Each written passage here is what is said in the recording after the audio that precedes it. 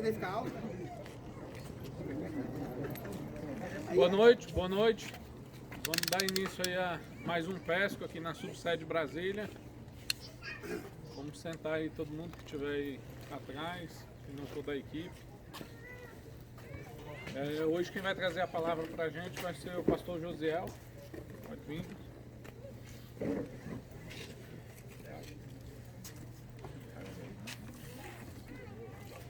Boa noite, irmãos. Boa noite, a paz. Deus continue a nos abençoar, guardar, sustentar. Importante, né? Esse nosso pesco aqui é tão importante que a gente estava brincando ali, eu e o mestre Brucutu, que a gente vai fazer uma vacina chamada missionária, né? Ela entra e liberta vocês de tudo, não só do Covid, né, presidente? Liberta a gente de tudo. E aqui no pesco a gente tem isso, né? Algo que entra na nossa vida, liberta, nos aprisiona nele e nos constrói a cada vez mais, né? Isso é muito importante. Eu quero compartilhar o texto que se encontra lá na carta do apóstolo Paulo aos Tessalonicenses, na primeira carta. O capítulo é o 5, do verso 16 até o verso de número 19. Primeiro aos Tessalonicenses, capítulo 5, verso 16 ao 19. Quem tiver aí a possibilidade, nos seus aplicativos, né, da Bíblia.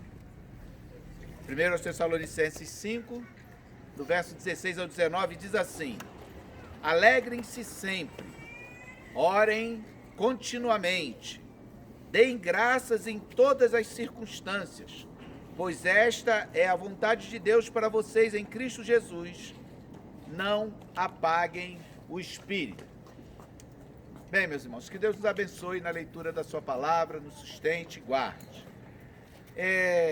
Quando você lê um texto desse, a primeira coisa que nos confronta é essa arrogância, né? Não uma arrogância no sentido assim, doloso, intencional, aquela arrogância consciente, né?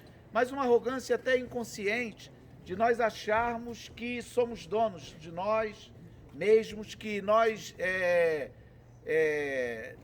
podemos, de certa maneira, né, decidir sobre as coisas, podemos inclusive decidir até sobre se aceitamos ou não aceitamos a Deus. Ou seja, que existe realmente alguma coisa na nossa existência que foi preservada para o divino, dentro daquela tese de que o divino não se relaciona com o profano, então precisava que algo em nós, mesmo no processo da queda, ficasse preservado para que houvesse um relacionamento. Enfim, essas construções teológicas que também fazem parte da natureza caída, né? E, na verdade, quando a gente vê um texto desse, a gente descobre que nós precisamos fazer todas as coisas única e exclusivamente porque Deus assim o quer. E detalhe, sobre a possibilidade de nós, com o nosso comportamento, apagarmos o Espírito. Olha quão grave isso é, meus queridos. Quando eu acho que consigo fazer ou deixar de fazer algo única e exclusivamente pela minha vontade. E nós vemos isso com muita facilidade, pessoas defendendo isso, e constrói isso teologicamente, constrói isso nas suas vidas, né? E na realidade não funciona assim. Quando a gente enxerga, o apóstolo Paulo lê, o apóstolo Paulo aqui aos Tessalonicenses, no capítulo 5, ele vem trabalhando essa questão do nosso comportamento nos nossos relacionamentos. Então ele fala, olha, no contexto aproximado, não retribua o mal com o mal, preste atenção no que vocês estão fazendo. E a regra é mais ou menos o seguinte, não, pastor, mas a gente também não pode ser assim, né? Eu vou dar uma de bobo, eu sou só crente, eu não sou bobo. É mais ou menos essa a linha que é a pegada que a turma tem. E aí Paulo vai nesse crescendo, e em determinado momento ele traz essa relação para você mesmo, para que você consiga ter um confronto consigo. E aí ele entra dentro do texto que nós acabamos de ler, que ele começa falando o seguinte: alegrem-se sempre. Tudo isso aqui é imperativo. Ele traz uma obrigatoriedade para a vida do cristão estar sempre em alegria. Olha que coisa difícil, né? Existem coisas que nos tiram a alegria. A tradução correta aqui seria um estado de felicidade, né? A NVI é uma Bíblia que traduz muito bem o que a gente tem no original, mas aqui seria um estado de felicidade. Por quê? Porque as circunstâncias, elas podem me levar à tristeza ou podem me levar à alegria. Um exemplo, eu posso ser uma pessoa feliz estando triste, porque eu estou indo no enterro de um amigo, né? Eu sou uma pessoa feliz e estou alegre, porque eu estou numa festa. As circunstâncias promovem tristeza e alegria, mas Cristo, ele estabelece uma vida constante do quê? De felicidade. Então essa alegria que Paulo está falando é: alegre-se sempre, ou seja, a manifestação, o espírito de felicidade que aformoseia o rosto é o espírito da constante presença de Jesus na nossa vida.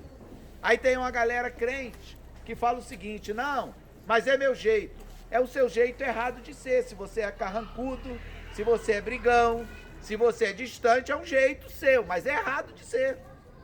Para crente é errado de ser, porque é imperioso, até para que a gente não apague o espírito, né?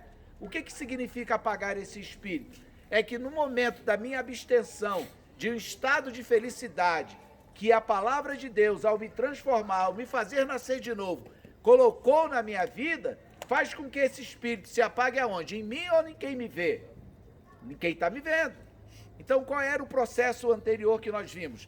Nas relações existentes entre crentes, Paulo vai dando instruções. E aí ele parte para você, para aquele princípio primário de que eu preciso amar a mim mesmo. Porque você nunca viu alguém fazendo mal para si mesmo. E aí João nos exorta dizendo: como é que você diz que ama a Deus se você não ama seu irmão? Né? Então eu parto de qual fórmula? Eu amo a mim, amo meu irmão e amo a Deus. Não há possibilidade de eu ir lá atrás e vir voltando. É daqui para lá. Paulo vem explicando isso daqui aos crentes de Tessalônica. E ele trabalha essa necessidade cristã de nós vivermos em estado de felicidade. E isso é muito importante para as nossas vidas, né? Porque é muito comum a gente, em determinadas situações, a gente faz questão até de se mostrar, de certa forma, antipático. E eu tenho que tomar muito cuidado com isso, porque senão as pessoas que estão me vendo vão falar o quê? É o grande negócio do testemunho, né? Ali é crente, mas só vive brigando, falando mal, de cara feia. Como é que é crente desse jeito? É mais ou menos isso que Paulo está trazendo dentro dessa relação. O outro item, gente, é com relação à nossa vida com Deus, né? A oração contínua. O que é uma oração contínua? A oração é tão importante que, de certa maneira, e erroneamente, os nossos, vamos chamar assim, nossos pais judeus, a faziam de que forma? De sorte que todo mundo tomasse conhecimento.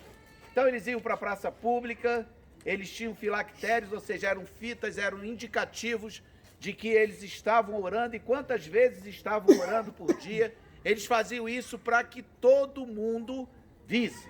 Mas nos momentos da sua solidão, nos momentos das suas particularidades, o que eles faziam? A gente não sabe. O que Paulo está dizendo para os crentes de Tessalônica? Orem na igreja, ore na sua casa, ore no seu trabalho, ore dirigindo o seu carro, ore a todo instante. Então esse orar continuamente é para que você, crente, servo de Deus, tenha uma vida, uma existência de oração. E não há necessidade de você ter uma postura de oração, você ter um momento de oração. Você tem que ter tudo isso? Tem. Só que esse fato não te exclui do outro, né? O Paul Washer, ele fala muito sobre essa... Ele faz uma pergunta em um dos livros dele, que eu não lembro qual. Ele fala o seguinte: olha, eu queria que a pessoa me dissesse o que ela faz com Deus depois que ela faz a devocional dela de manhã em casa. o decorrer do dia dela, como é que é no relação com Deus. Aí ele começa a perguntar, no trabalho você pensa em Deus, dirigindo você pensa em Deus, conversando você pensa em Deus? E aí as respostas, eles são perguntas retóricas, ele não as tem, mas é uma pergunta para a gente. Paulo está fazendo o que aqui com esse texto? Trazendo uma exortação que eu tenho, que ir para a reunião de oração na igreja, que eu tenho que fazer minha devocional dentro de casa, mas que os outros horários, os outros minutos da minha vida precisam também ser permeados pela oração. A oração daquele que nasceu de novo é uma oração contínua, ou seja, eu me mantenho continuamente na presença de Deus. Isso é fundamental para a nossa relação. Então eu tenho relação comigo, tenho relação com Deus, e aí, dentro de todas essas coisas, meus irmãos, eu entro no espírito. Olha que, como é que Paulo vem num crescendo, né? Se eu me relaciono com as pessoas, e isso é contrário à minha natureza. Porque qual é a minha natureza? Eu sou inimigo de Deus. Aí Cristo vem, restaura a minha relação com Deus. Ou seja, no meu estado de depravação total, de queda, eu sou reerguido. Aí Paulo vem ensinando esses crentes que se converteram a fazer o quê? A se relacionar com todo mundo. Aí eles aprendem a se relacionar com Cristo, vão se relacionar com o próximo, vão se relacionar consigo, e aí a partir daí o que eu faço? Eu vivo num estado de graça. O verso de número 19 diz o seguinte: deem graças em todas as circunstâncias, pois esta é a vontade de Deus para vocês em Cristo Jesus. Quando eu olho Paulo escrevendo para os crentes de Tessalônica, e olho para Romanos 8, 28, que está escrito lá, tudo contribui, né, para o bem daquele que crê em Deus, ou seja, eu tenho que dar graças para tudo, porque tudo contribui, e leio esse texto, ele aqui está dizendo o quê? Fechando essa conclusão, que o meu relacionamento com o próximo, o meu relacionamento comigo e o meu relacionamento com Deus, ele é o quê? É manifestação do próprio Deus. Porque se eu não tenho relação com Deus, eu não tenho relação com o próximo, não tenho relação comigo, e muito menos eu vou ter condições de me aproximar do Senhor. Então são por essas coisas que eu preciso estar constantemente agradecido a Deus. A minha relação com o Senhor, que antes era ser inimigo dele, agora me faz estar feliz, amar o meu próximo, orar continuamente, mas tudo isso partiu de quem? Partiu dele. Aí Paulo vem trabalhando essa questão, né? Depois ele vem colocando isso muito claro. Nós não existiríamos, independente de estarmos na presença de Deus ou distantes do Senhor, sem que a mão de Deus estivesse agindo sobre a sua criação. Não existiríamos. Nem na graça comum, nem na graça especial. Não seríamos nada. Então, quando essa palavra vem para as nossas vidas e imperativamente fala, alegrem-se, orem e deem graça, ela não está pedindo. Deus não está falando, olha, se vocês tiverem tempo e se vocês estiverem vivendo bem, alegrem-se. Se vocês tiverem tempo, orem. Se vocês tiverem tempo, deem graça. Não. É para fazer isso. E por que é para fazer isso? Porque essa é a vontade de Deus para todos aqueles que nasceram de novo. Ou seja, eu não tenho opção. Eu não tenho opção de ficar me apresentando como ficavam se apresentando os nossos irmãos lá dos mosteiros, dentro de um princípio de religiosidade, como se eu andasse de cabeça baixa, andasse trôpico, ou seja, numa humildade da pobreza, com os votos de pobreza, eu fosse alguma coisa. Não, eu tenho que viver na felicidade da presença constante de Cristo na minha vida, né? Eu tenho que encarar as circunstâncias, aquelas coisas todas que estão me cercando, sabendo da presença constante de Deus na minha vida. Eu tenho que buscar a Deus continuamente em oração, porque eu sei que Deus está constantemente na minha vida. Ou seja, se eu sei que Deus está constantemente comigo, por que é que eu não me relaciono com Ele constantemente? Ou a gente tem a ideia de que Deus está comigo quando eu estou na igreja, e quando eu não estou na igreja eu tenho minha vida secular? Ou Deus está comigo no meu momento de devocional, quando eu não estou na devocional, Deus também não está mais comigo, não é essa a verdade. A verdade é que Deus está comigo constantemente, porque senão eu já não existiria. E se Ele está comigo constantemente, parte de mim todas as manifestações, pela misericórdia dEle, aprendida por ele, ensinada por Ele, para que eu possa fazer todas essas coisas. Então, quando eu digo que amo meu irmão, eu só faço isso a partir da existência de Deus na minha vida. Foi aquilo que a gente falou no início. Esse pesco, nosso pesco, ele é uma vacina missionária. É uma vacina missionária para mim que estou falando, para vocês que estão ouvindo, para todos que estão nos assistindo, para que a gente entenda que essa vacina entra na minha vida e tira o mal que é muito pior do que o Covid. É o mal da inanição da felicidade, o mal da inanição da minha procrastinação na oração, o mal da inanição de eu me aproximar do meu irmão para andar com ele, para orar com ele, para viver com ele, para socorrer ele. Então nós ficamos sempre nanicos dentro de um processo. E aí quando você chega aqui ou quando você chega na sua igreja, você toma uma vacina do Espírito Santo, que vai sempre te enchendo, te deixando pleno.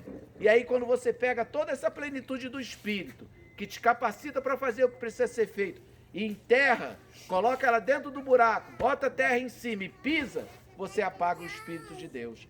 E o verso anterior, qual é? O 18. Deem graças ao Senhor, porque essa é a vontade dEle, para todos aqueles que Ele escolheu. Eu sou escolhido de Deus? Sou. Então, se eu sou escolhido de Deus, eu vou viver no Espírito, que é a formoseia o rosto, que me leva para a oração e que me leva para abraçar, viver e amar o meu irmão. Amém? Então, que Deus nos abençoe, nos fortaleça, nos firme nessa verdade, que nós somos, como diz Pedro, né? Uma nação santa, um povo de propriedade exclusiva de Deus. Gente, quando eu falo isso, leio isso, eu chego e fico todo emocionado. Porque, no meu caso, eu tive um encontro com Cristo com 30 anos de idade. Eu sei o que eu era antes. Ainda não sou muito. Mas eu falo para a turma que eu era pós-docto em pecado. Né? Tinha pós-docto em pecado. E Deus foi lá e me amou de tal maneira, e eu fico imaginando como é que Ele me ama antes. Porque antes, do jeito que eu era, Ele foi lá e me amou daquele jeito, e agora? E o que Ele quer que eu faça? Tão somente isso, que o reconheça. Reconheça a partir de quê? A partir de tudo aquilo que eu não sou e que eu não era, e que a partir dele eu passei a ser. Então que Ele nos sustente nessa verdade, de que agora o fato de eu ser o fato de eu ser uma nação eleita, um sacerdócio real, um povo de propriedade exclusiva dele, me faz eu viver a vontade dele, me faz eu me dobrar diante dele, me faz eu contemplá-lo com tudo aquilo que eu sou possível de fazer com as minhas limitações de um servo caído e ainda pecador. Então que Deus nos sustente e nos abençoe. Amém? Amém.